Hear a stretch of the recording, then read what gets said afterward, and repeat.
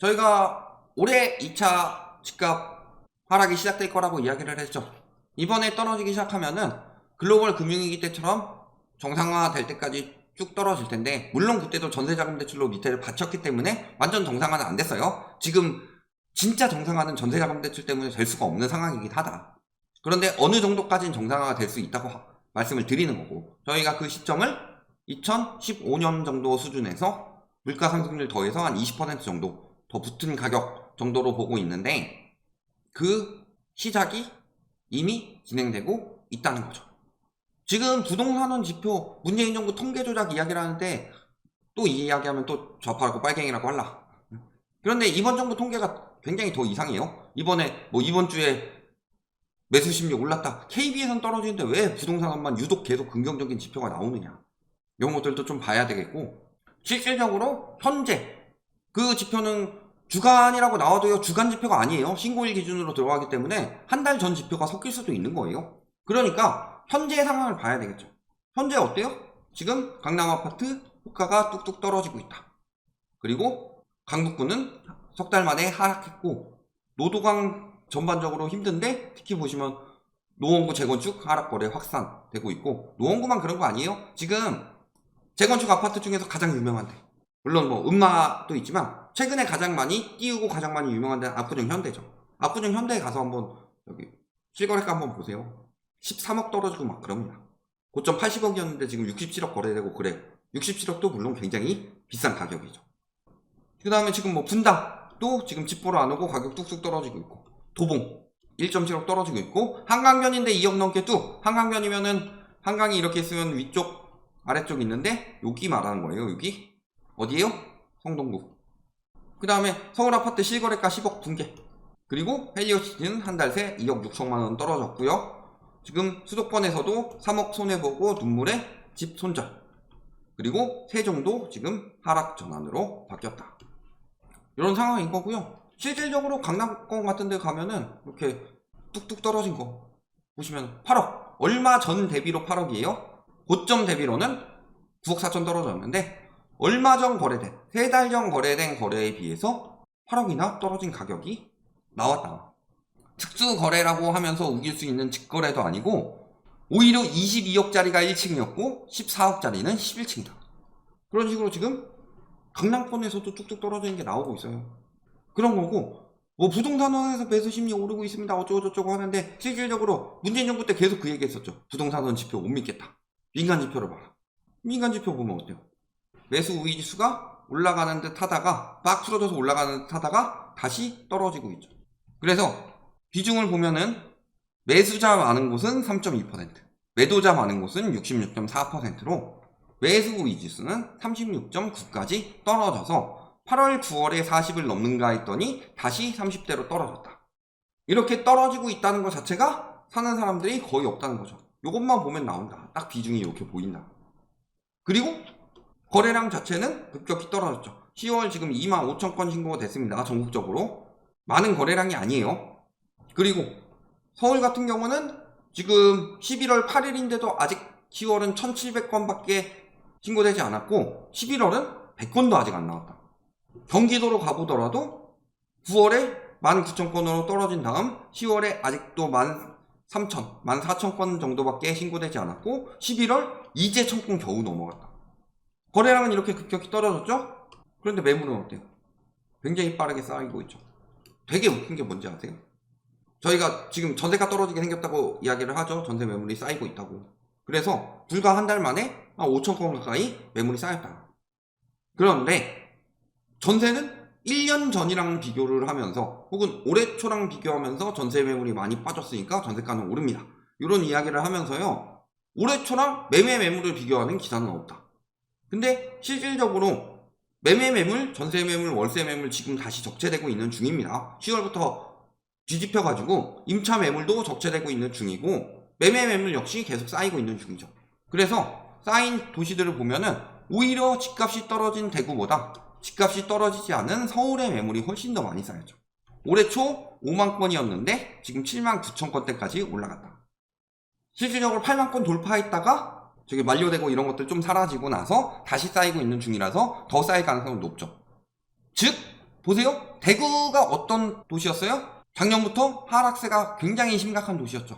다른 도시와는 다르게 대구는 계속 떨어진다, 이런 이야기가 나왔는데, 오히려 이렇게 떨어지는 곳들은 거래가 되니까 하락지표가 잘 나왔던 거고, 올라간다고 하는 곳들, 서울이나 세종 이런 곳들은 매물이 계속 쌓이고 있는 걸 보면은 사실 올라간다고 계속 부추겼지만 파는 사람들이 훨씬 더 많았고, 다만 그렇게 부추겨서 호가를 내리지 못하도록 만들었을 뿐이다. 하지만 사줄 수 있는 사람이 없었던 거다. 아무리 거래량이 늘어난다고 하더라도 매도자 늘어나는 것만큼 매수자가 늘어나지 않았는데, 저렇게 매물 쌓이는 부분, 즉 공급이 과잉되는 부분을 숨기고 매물이 늘어난 부분은 숨기고 거래량 늘어난 부분만 계속 이야기를 하면서 매수자가 늘어났으니까 집값이 오른다. 근데 언론이든 뭐 상승론자든 다 똑같은 게, 수요 공급의 논리라고 하면서 유리할 때는 공급만 갖다 쓰고 불리한 거는 싹 감춰요. 근데 수요 공급의 논리죠. 거래량이 늘어났으니까 수요자가 늘어났는데 그거보다 매물이 더 많이 늘어났다. 즉 공급자가 더 많이 늘어났다. 이게 수요 공급의 논리예요. 그럼 매매시장, 전세시장 그렇게 악화되고 있는데 분양시장은 어때요? 분양시장 전망 3개월 연속 악화되고 있다. 서울도 흐림. 그래서 아파트 11월 아파트 분양 전망 지수는 전월보다 13.4%나 떨어진 70.4로 집계됐고, 서울도 92.5로 내려서면서 7.5%포인트 하락했다. 즉 서울도 분양해도 전망이 좋지가 않다. 그리고 분양만 안 좋냐? 입주율 뚝뚝 떨어졌습니다. 입주율이 6%포인트 떨어진 건 엄청나게 심각한 거예요. 그리고 잔금대출 미약보가 엄청 늘어났죠. 왜? 대출 막히고 있으니까. 10월엔 더 심각해질 것이고, 서울은 조금 입주율이 늘어나긴 했지만 실질적으로는 오래 갈 수가 없는 거죠. 앞으로 입주율도 계속 떨어질 거예요. 분양가를 저렇게 올려놓는데 9월까지는 그래도 대출을 내줬죠. 50년 주담대도 내줬었고 특례 보금자리로는 일반형도 내줬어요. 10월부터는 그런 것도 없죠. 그러면은 입주시장도 악화되는 건 금방이야. 입주시장 악화되기 시작하면 분양시장 악화되는 건 일도 아니에요. 왜 미분양은 주는데 악성 미분양은 늘어날까요? 급한 마음에 집은 사는데 당장 돈은 없으니까 돈 마련한 기간 벌려고 미분양은 하지만 이제 바로 잔금 마련해야 되는 악성 미분양은 늘어나지 않는 거다. 사람들이 그만큼 여력이 없다. 경매 어때요? 경매 건수 2년 11개월 만에 최다로 늘어났다. 그래서 2629건까지 늘어났어요. 이게 2020년 11월 3593건을 기록한 이후 2년 11개월 만에 가장 많이 일어나는 상황이고, 낙찰률이 늘어나긴 했다. 그런데 낙찰률이 늘어난 이유는 강원과 전북 지역에 법인 소유 아파트 수십 채가 저가에 낙찰되면서 낙찰률이 반등했다. 즉 특수 상황인 거다. 이런 거고, 서울은 더 심각하다는 거죠. 서울은 경매 2년 11개월이 아니라 7년 만에 최다. 즉 터지고 있다는 소리입니다. 무리하게 받았다가 터지고 있다는 소리죠. 그래서 2016년 5월 이후 최다 수준을 기록하고 있고, 낙찰률은 5%포인트 하락해서 4개월 만에 또 20%대로 떨어졌다. 즉 다 안 좋아요. 이런 상황에서도 아직도 바닥 어쩌고 저쩌고 바닥 닦는 사람들은 도대체 뭔 생각이냐. 아직도 바닥바닥 하는 인간들은 진짜 바닥바닥 우기는 거죠. 지금 정부에서 경고를 하고 있죠. 또 그러면 이런 거 가지고는 또 엄청 기사화를 해요. 은행 종노릇 어쩌고 저쩌고 하면서 은행권에서 그래서 대출금리를 내릴 것이고 어쩌고 저쩌고 해가지고 이번에 또 주담대 증가폭은 줄었지만 늘어나긴 했고 10월에. 그러니까 집값은 또 계속 올라갈 수 있습니다. 아직 하락 아닙니다. 부동산원 지표를 보십시오. 아직 상승하고 있습니다. 이런 식으로 이야기를 하지만 실질적으로 은행권에서 나서고 있는 걸 보면 예금금리는 떨어뜨리는데 대출금리는 올리고 있다. 왜? 가계대출은 쪼이라고 했으니까. 아마도 지금 은행권에서 나오고 있는 대책들을 보면요, 상생금융, 즉 취약차주 쪽에서 이번에 금감원장님이 그런 이야기 했죠. 취약차주는 보호해야 된다. 근데 주담대 받는 사람들은 어떻게 취약차주예요? 취약차주는 진짜로 월세도 내기 힘든 사람들이 취약차주지. 그러니까 그런 취약차주들, 굉장히 지금 심각한 취약차주 중에서 1순위는 지금 자영업자들이죠. 자영업자들 쪽으로 지원이 많이 들어갈 걸로 보입니다. 가계대출 트리거가 되는 주담대 쪽으로 늘리진 않을 거다. 이번에 총 대출은 늘어났지만 지진볼, 버팀목 같은 정책자금 대출이 많이 늘어났고 주담대 상승폭은 줄었고 신용대출 상승폭이 늘었죠. 이게 뜻하는 바가 뭐냐면은 50년 주담대 혹은 특례 보금자리론 믿고서 계약했는데 막상 잔금때 됐는데 그게 다 폐지돼 버리니까 부랴부랴 저금리인 거 찾아가지고 디딤돌 이런 거 받고 거기서 부족한 부분은 신용대출 이런 거 받아가지고 늘린 거다. 이게 몇 달이나 가겠냐. 결론 한번 해봅시다. 자, 집값이 올라가냐. 첫 번째, 실거래가가 올라가냐. 물론 올라가는 것도 있고 떨어지는 것도 있지만 올라가는 것 비중은 줄어들고 떨어지는 것 비중은 늘어나고 있죠. 그리고 실질적으로 주요 동네에서도 억 단위 하락이 나오고 있다. 호가나 실거래가가. 두 번째, 수요 공급의 논리에 따라서 수요가 늘어나고 있냐? 거래량이 떨어지고 있죠. 공급이 줄어들고 있냐? 매물이 늘어나고 있죠.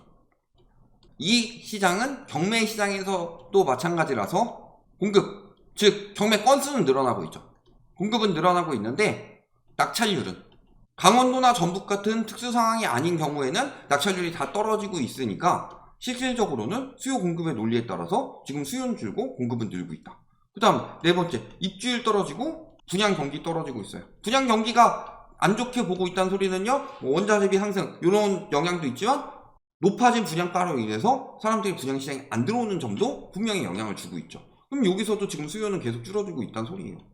왜? 대출이 막히니까 살 수 있는 사람이 없다. 근데 이 대출은 뭘로 풀어졌어요? DSR 우회로 풀어졌죠.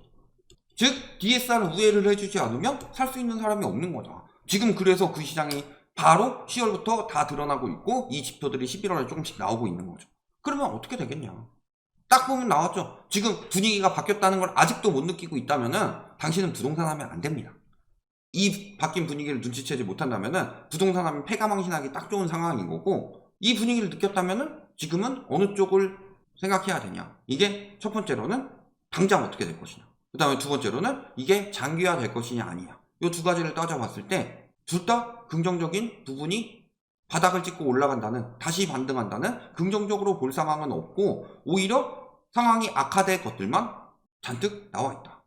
이런 것들을 보시면 답이 다 나왔다. 지금 진짜로 2차 폭락이 시작이 됐고, 그래서 정상화될 때까지, 과거 글로벌 금융위기 때도 마지막에 데드캣 바운스라고 하면서 2009년에 마지막 수요들 싹 다 쓸어 담고 나서는 그 뒤엔 가격이 떨어져도 사람들이 사는 수요들이 안 들어왔어요. 금리를 낮춰주든 뭐라든, 전세 자금 대출을 풀든 뭐라든. 지금 상황이 그때보다 더 심각한데 심리만 계속 부추긴다고 되겠냐.